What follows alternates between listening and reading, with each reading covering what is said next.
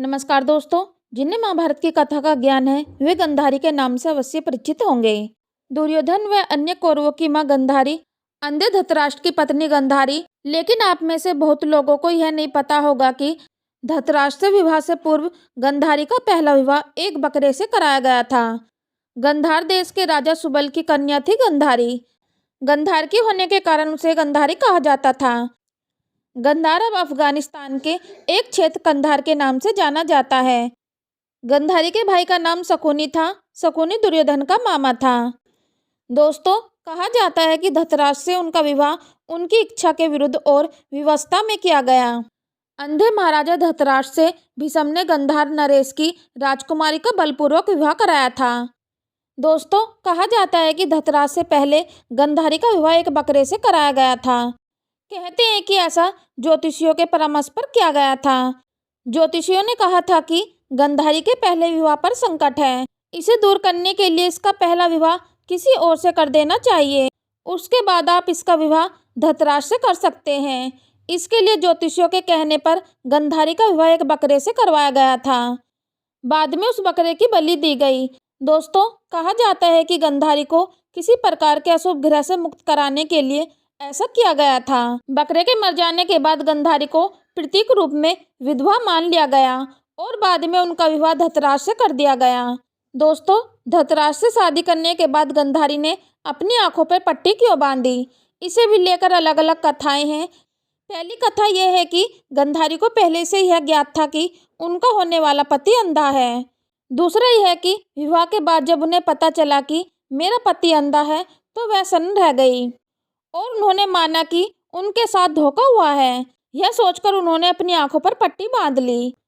दोस्तों, एक कथा यह भी है कि गंधारी ने पतिव्रत धर्म का पालन करते हुए अपनी आंखों पर जीवन भर के लिए पट्टी बांध ली थी।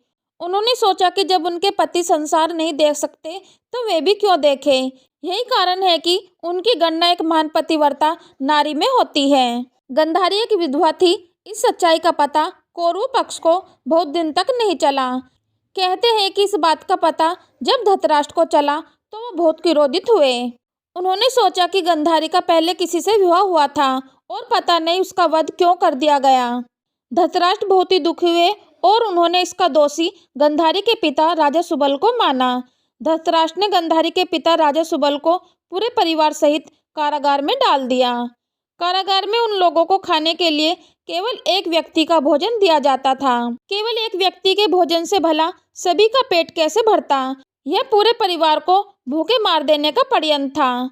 राजा सुबल ने यह निर्णय लिया कि यह भोजन केवल उनके सबसे छोटे पुत्र को ही दिया जाए ताकि उनके परिवार में से कोई तो जीवित बच सके। वह छोटा पुत्र था शकुनी।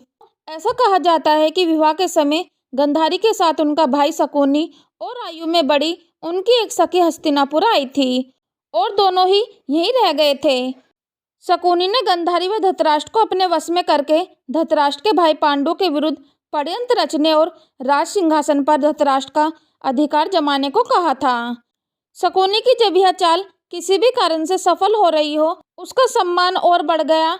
गंधारी अपने भाई की चाल को समझती थी और वह अपने पुत्र को बुराइयों से दूर रहने को कहती थी, लेकिन उसकी नहीं चलती थी। पति, भाई और पुत्र के बीच गंधारी विवश थी। गंधारी के सभी 100 पुत्र महाभारत के युद्ध में मारे गए। अंत में दुर्योधन का जब भीम ने वध कर दिया, महाभारत युद्ध के पश्चात 57 देने के उद्देश्य से भगवान श्री कृष्ण गंधारी के पास गए। गंधारी अपने 100 पुत्रों की मृत्यु के शोक में अत्यंत व्याकुल थी।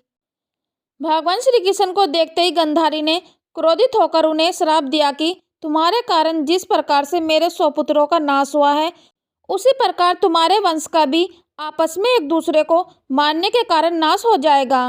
भगवान श्री कृष्ण ने गंधारी से कहा, देवी, मैं आपके दुख को समझ सकता हूँ। यदि मेरे वंश के नाश से तुम्हें आत्म शांति मिलती है तो ऐसा ही होगा। भगवान श्री कृष्ण ने माता गंधारी के उस श्राप को पूर्ण करने के लिए अपने कुल के यादवों की मति फेर दी। मुसल युद्ध के कारण जब श्री कृष्ण के कुल के अधिकांश लोग मारे गए तो श्री कृष्ण ने प्रभात क्षेत्र में एक वृक्ष के नीचे विश्राम किया। वहीं पर उनको एक भील ने भूलवश तीर मार दिया जो कि उनके पैर में जाकर लगा। इसी को बहाना बनाकर श्री कृष्ण ने देह को त्याग दिया। उसके बाद द्वारिका नगरी समुद्र में डूब गई। दोस्तों, यह थी आज की हमारी कहानी। यदि दोस्तों आपका इस कहानी से जुड़ा कोई सवाल है तो आप हमें नीचे दिए गए कमेंट बॉक्स में कमेंट करके मुझसे बताएं। यदि दोस्तों आपको यह वीडियो पसंद आई है तो अपने दोस्तों को अवश्य शेयर करें। यदि आपने अभी तक हमारे चैनल को सब्सक्राइब नहीं किया तो चैनल को सब्सक्राइब और वीडियो को लाइक कमेंट अवश्य कर दें। चलो तो दोस्तों, मिलते हैं फिर नेक्स्ट वीडियो में नए ज्ञान के साथ। हम लेते हैं आपसे विदा। धन्यवाद।